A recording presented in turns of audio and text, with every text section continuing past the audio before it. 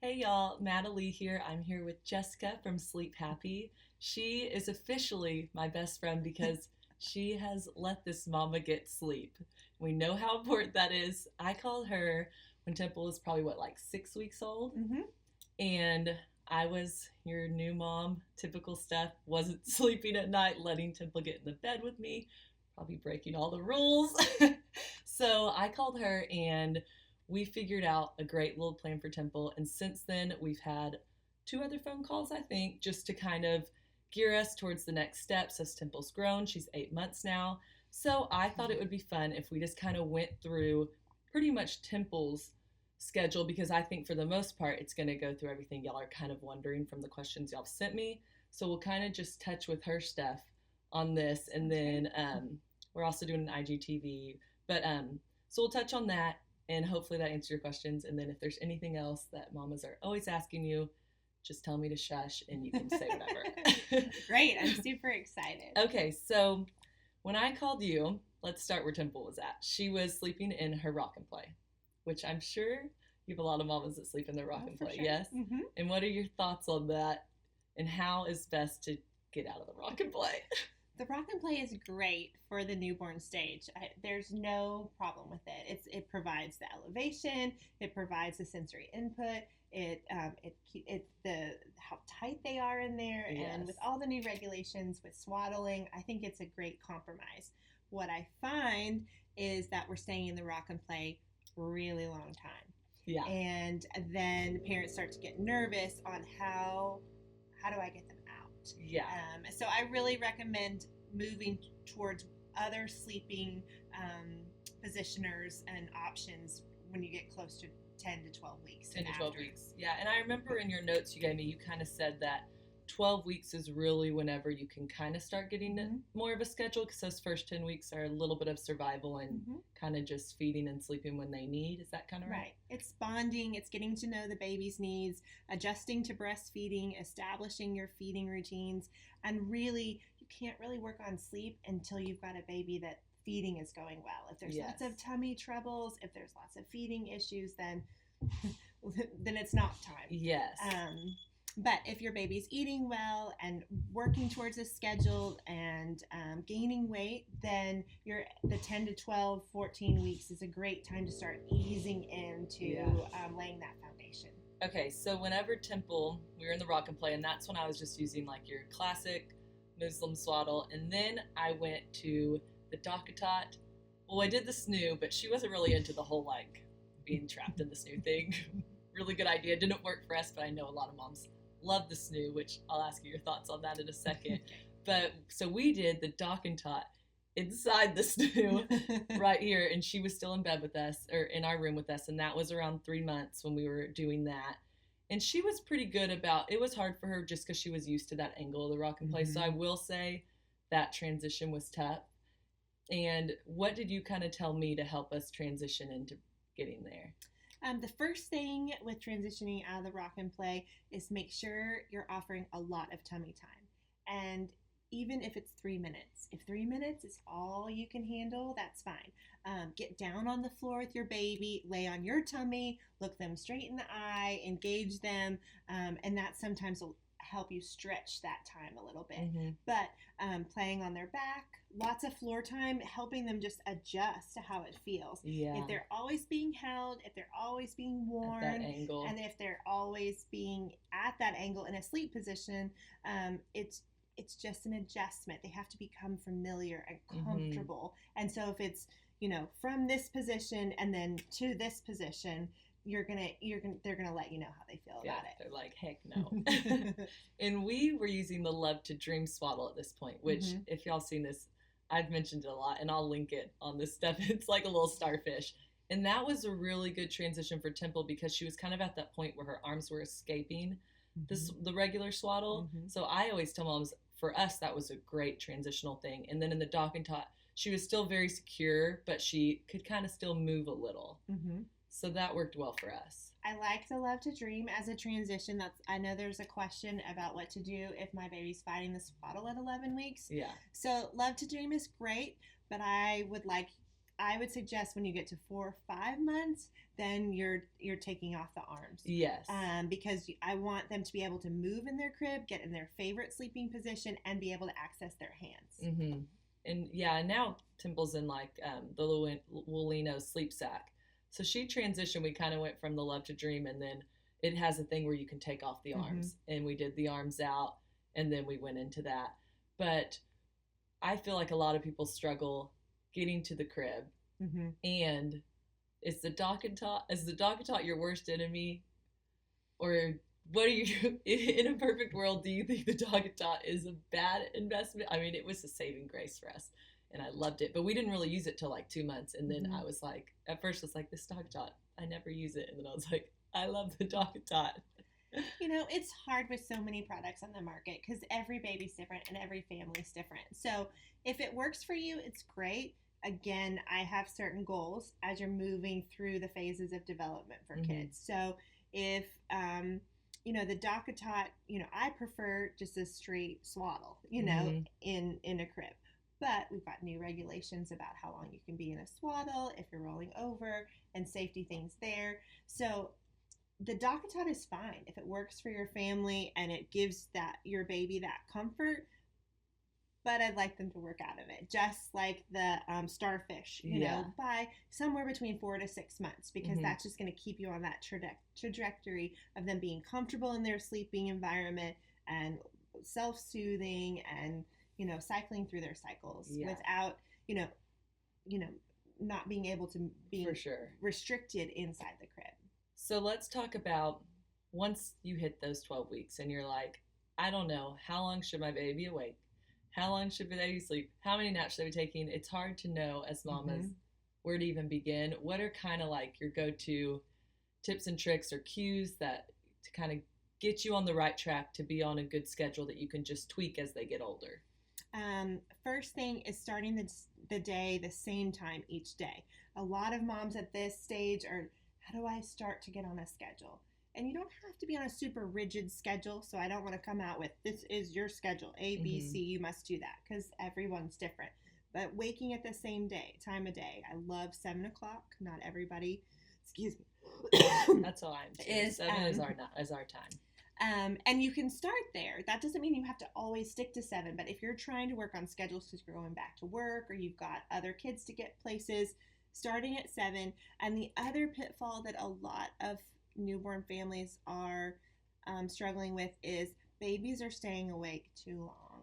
That was my issue. When you told me, I think it was like in the beginning, 45 to 60-minute wake times, and I was like, Temple's been awake for like 2 hours at a time, and I was thinking, 2 hours of wake, 45-minute nap, that's great. And then once I started doing that, it was amazing how much happier she was. Like, it was crazy. And Caleb was like, wow, that's really like, she's awake, asleep in the beginning. And then that really is how it is. It's like, you stick to that. And I was like, do I do that all day? You're like, yeah, all day till bedtime. And I'm like, okay. And it worked. That is the biggest game changer in the birth to 3-month stage, because nobody's talking about it. That isn't the information you get from the doctor. Watch your baby's cues around the 45-minute mark. Watch and get them down to sleep.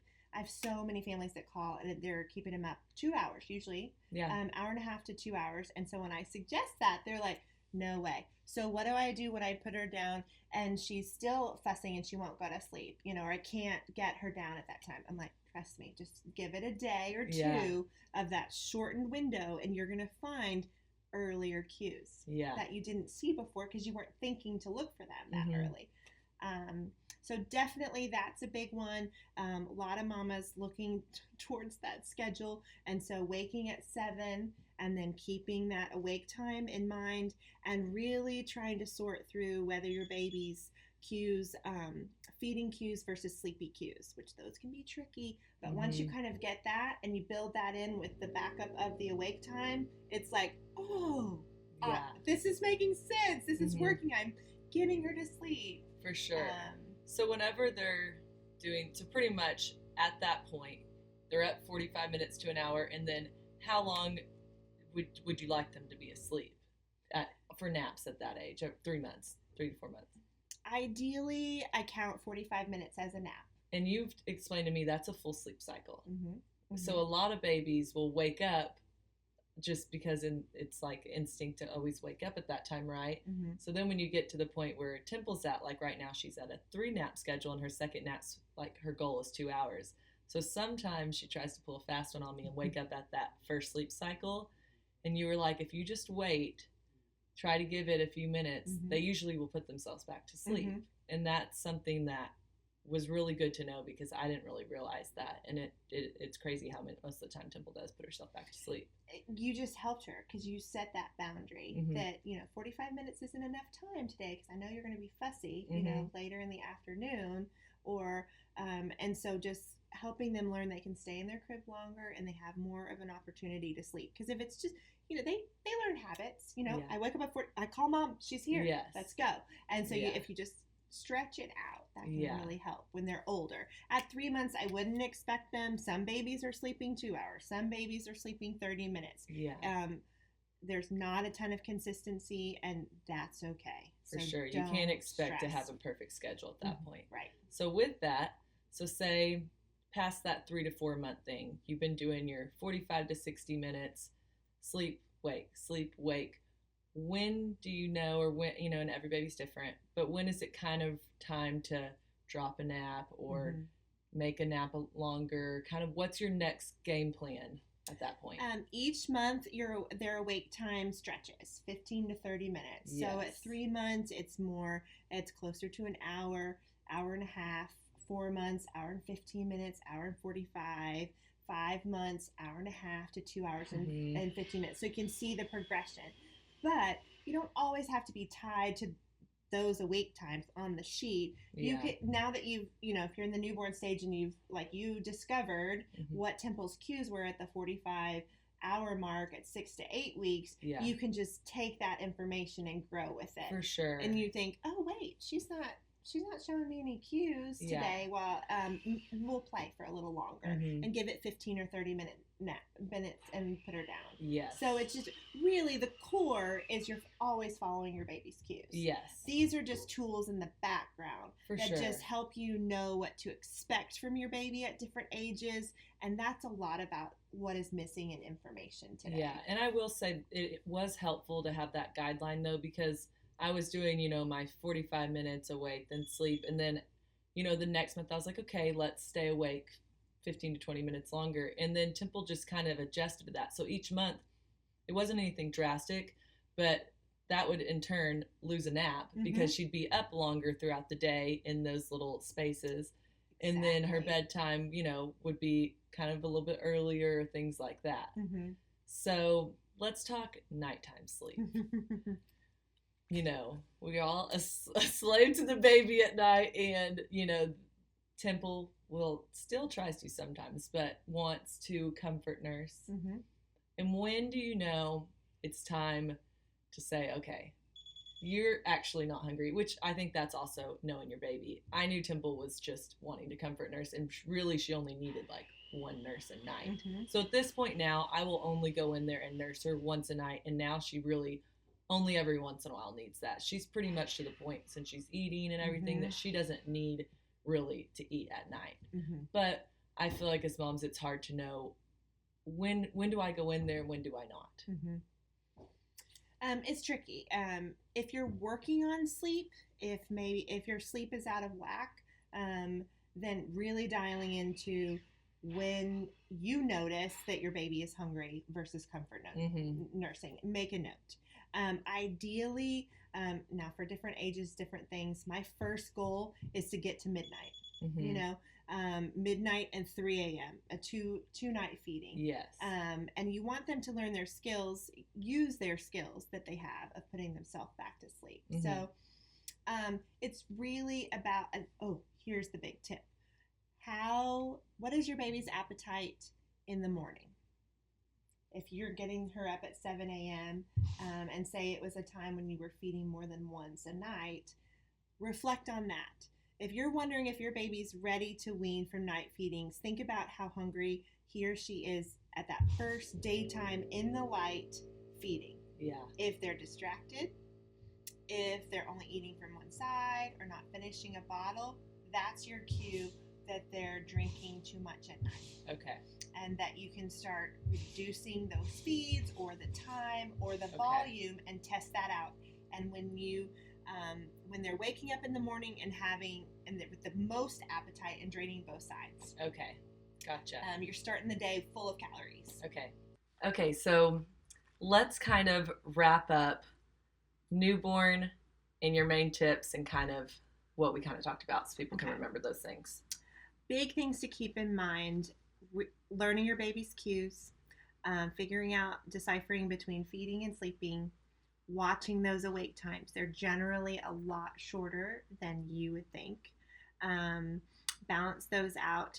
And then when you get closer to the 10 to 12 weeks, if you've got a good feeder, work on getting on more of a regular schedule if you're looking to really start laying the foundations for healthy sleep habits, waking them up at the same time of the day, watching those awake times, and beginning to start to put your baby down drowsy but awake.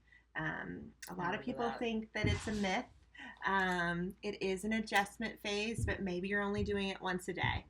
And if your baby's in a positioner at that time, just make sure you're offering lots of tummy time between naps and lots of adjusting to laying flat. If you've got a reflux baby, there's a little, we need to tweak things a little bit there because you can't expect them to lay flat for a really long amount of time. So we need to talk about that individually. But those are really the big things to work on when you really can start working, because the first 3 months really is about bonding, establishing, feeding. Use all the things you have, all the vibration, all the swinging, all the things you need. Don't stress. You cannot create bad habits the first 3 months. When they're that little.